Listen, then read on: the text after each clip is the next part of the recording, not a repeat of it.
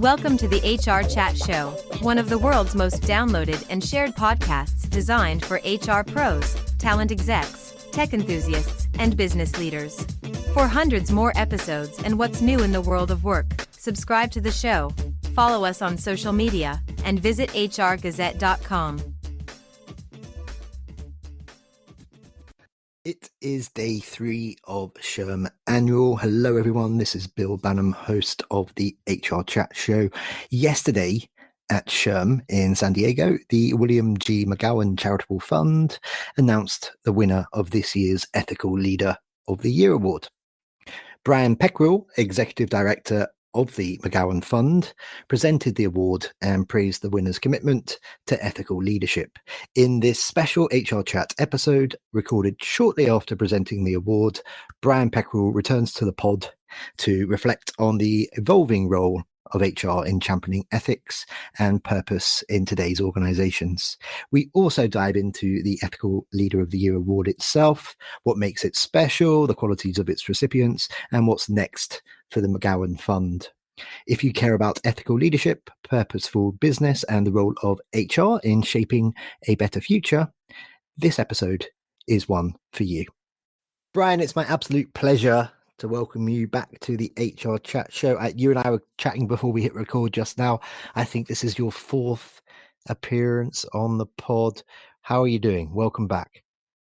Bill, it's always a pleasure to talk. I think this is our 4th time, and as always, I enjoy our conversations.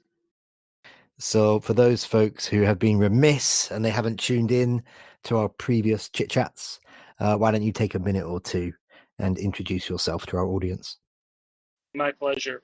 I'm Brian Peckrill, the Executive Director of the William G. McGowan Charitable Fund.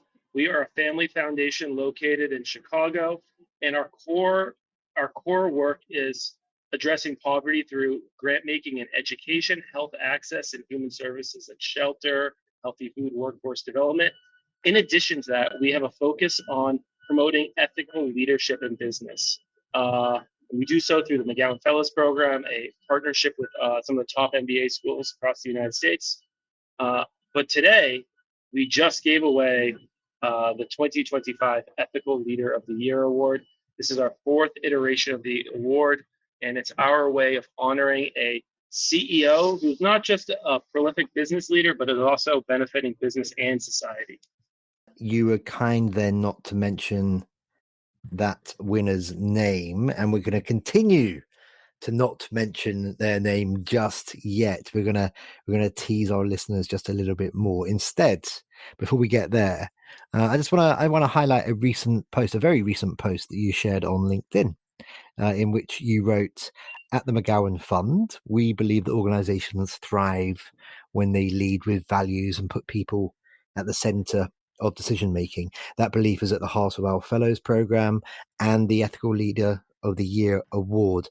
Brian, my question for you is, what do you mean by that, and what does it mean to put employees at the center of decision making?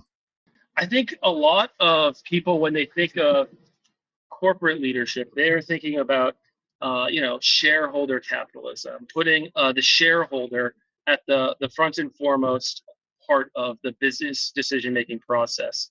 The McGowan Fund, we believe in stakeholder capitalism, that when you're making business decisions, it really involves not just thinking about how to make as much money, but how can you grow alongside your people, your customers, but also your employees. These types of long-term decisions ultimately are good business. Over the long term, the organizations that have done this have been proven to be some of the most profitable ones. And it's our belief that ethics in business is not just good for people, but it's also good business.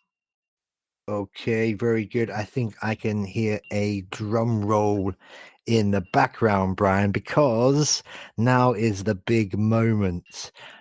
This year's honoree is Brian. Why don't I let you tell everyone who the star of the show is? So I had the honor just about 30 minutes ago of presenting the 2025 Ethical Leader of the Year award to Brian Moynihan, the Chairman and CEO of Bank of America. He's a deserving winner, and I'd be glad to tell you why. Please, yeah. I mean, why was he selected? What sets the Bank of America apart? Tell us more, please. Absolutely. I think his story begins back when he became the CEO of Bank of America in 2010.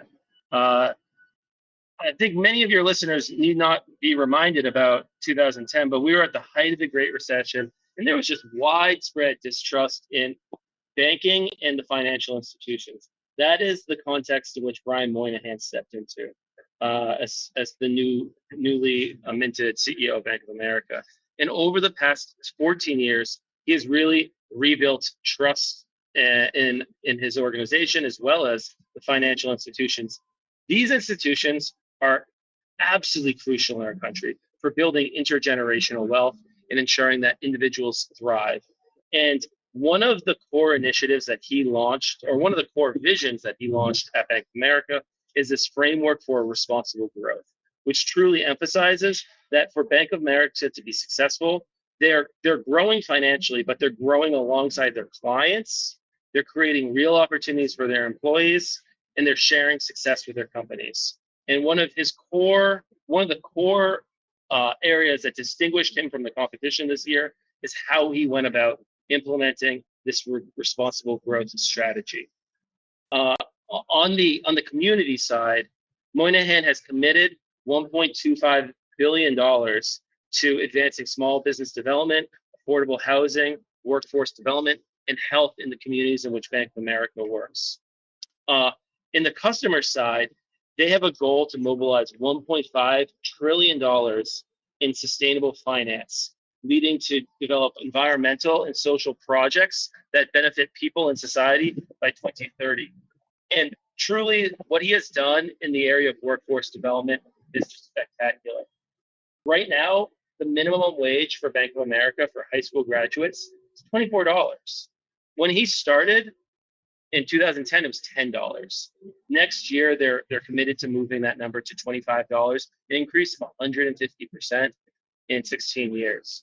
On top of that, they've created pathway programs that help individuals from low-income families and communities enter into long-term career roles. Right now, of their 200,000 employees, over the past 7 or 8 years, they've hired 20,000 people from these backgrounds into these life-transforming positions. Right, Bank of America has over 200,000 employees. They're the 18th company on the Fortune 500. He has shown that ethical leadership doesn't just have to be a nice thing that small social impact organizations do, but it's something that can scale and the largest organizations in society can take on. And when they do that, it helps our society flourish. I would love to get him on the show and ask him about his retention rates as a result of paying his people properly. Kudos to him. Okay, very good. So once again, you partnered with SHRM to co-host the awards. Fourth time around. Everybody knows who SHRM is. It's the biggest HR association in the world. This is the biggest HR event that you're currently at in the world. What does that partnership mean for the William G. McGowan Charitable Fund brand? But also, the flip side. What do you think SHRM gets from associating with you guys and with the concept of recognizing ethical leadership? Absolutely. I fundamentally believe that, well, first and foremost, I believe that SHRM is known as a deeply ethical organization that puts values in front and center of all the decisions they make. But really, when it comes to ethical leadership, it begins in HR. HR isn't just around managing people, it's about establishing an ethical culture. It's how an organization shows up in the world and with whom they show up. So when we are talking about ethics with SHRM, I think that this is how we establish ethical organizations, by instilling the culture at the very top and having it percolate throughout the entire organization. So I really believe that our partnership is just a perfect match. We're living through rapid change, of course. How do the principles championed by the McGowan Fund apply to the challenges of the workplace in 2025? I mean, the world is a very changed place to only a year ago. Absolutely. And I just finished watching Johnny Taylor's keynote address, and he addressed this head on. I think the first piece is to do what is compliant, to follow the law, and with that, it's important to know what your values are. Your values shouldn't change from one week to another. They shouldn't change if the sky is red or blue. Values stay the same. And so long as your values are compliant and aligned with the law, it sets up a framework for you to lead from. And it sets up a framework for you to stay steady and make core human-centric business decisions that should benefit your people, benefit business, and hopefully set you apart from the competition. So right now, there's a lot of uncertainty in the world. I would encourage the listeners of this podcast to not look outward, but look inward, to determine what they believe and how they can actualize that in business decisions. And when we last spoke, at that moment, you were preparing for your annual symposium, I think, Brian. Yes. Have you got another one coming up soon? If so, what's in store for folks? Can you walk us through the format and some of the intended outcomes for 2025? Absolutely. We're still working on some of our speakers, but our symposium this year will be at the end of October at the University of Pennsylvania, Wharton School. And our theme this year is around responsible innovation with AI as a case study. So I think people are looking at artificial intelligence right now and merits, but also wary about the destruction that it's causing. I think opportunity to use AI as a case study to understand that we always are existing within cycles of innovation, and that values-based decision making, the values that you hold true, can provide a framework so that we responsibly innovate in a way that puts people in society at the front and center. And I hope that we're going to look back at this conference at some of the other cycles of innovation that we have from the Industrial Revolution onwards to better understand how to navigate this moment. Two more questions for you before we wrap up for today, Brian. Looking ahead, how do you see both the McGowan Fund and the Ethical Leader of the Year award evolving? You know, I hope that we're back next year. Actually, it's been announced already. I hope we're in Orlando with SHRM announcing our 5th winner in June of 2026.